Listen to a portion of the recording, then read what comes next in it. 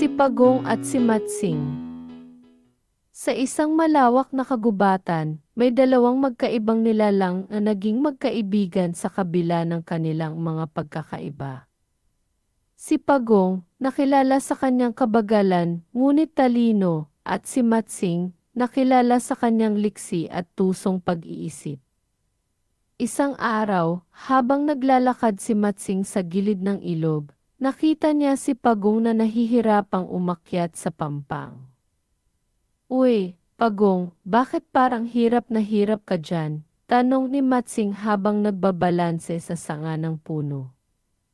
"Nga, Matsing," sagot ni Pagong. "Mabigat kasi ang aking bahay at medyo madulas ang pampang." Naisip ni Matsing na tulungan si Pagong. "Huwag kang mag-alala, Pagong. May paraan akong naisip para mas mapadali ang iyong pag-akyat. Halika, buhatin kita." Dahil sa tulong ni Matsing, mabilis na nakarating sa pampang si Pagong. Nagpasalamat siya kay Matsing. "Salamat, kaibigan. Kung wala ka, baka inabot ako ng gabi dito." Isang araw, nagkasundo ang dalawa na magtanim ng puno ng saging.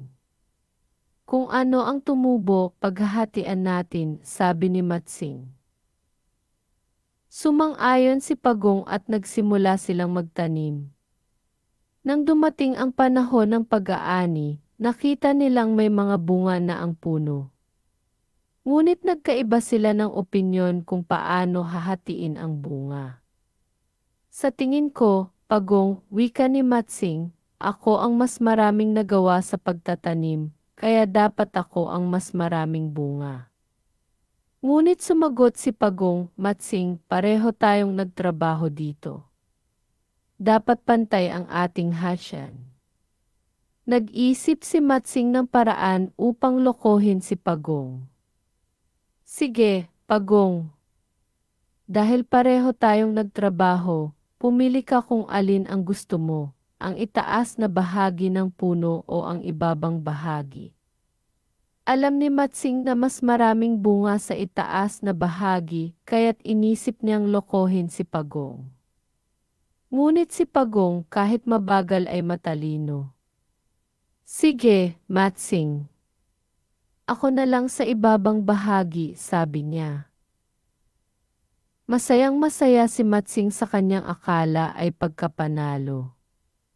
Kinabukasan, umakyat siya sa puno at kinuha ang lahat ng bunga.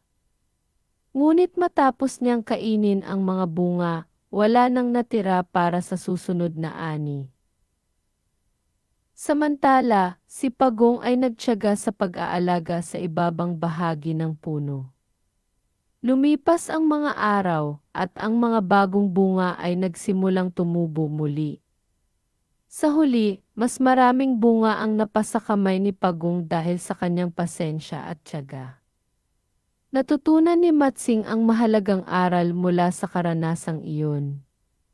Hindi sa lahat ng pagkakataon ay nakukuha sa liksi at tuso ang tagumpay, sabi niya kay Pagong. Minsan, ang talino at tiyaga ang mas nagwawagi. Nagpatuloy ang kanilang pagkakaibigan, mas matibay kaysa dati. Si Matsing ay natutong magpakumbaba at pahalagahan ang kanilang pagkakaiba, habang si Pagong ay naging simbolo ng talino at tiyaga sa kanilang komunidad. Sa huli, ang kanilang kwento ay nagsilbing inspirasyon sa lahat ng hayop sa kagubatan, na ang tunay na pagkakaibigan ay nagmumula sa paggalang at pag-unawa sa isa't isa.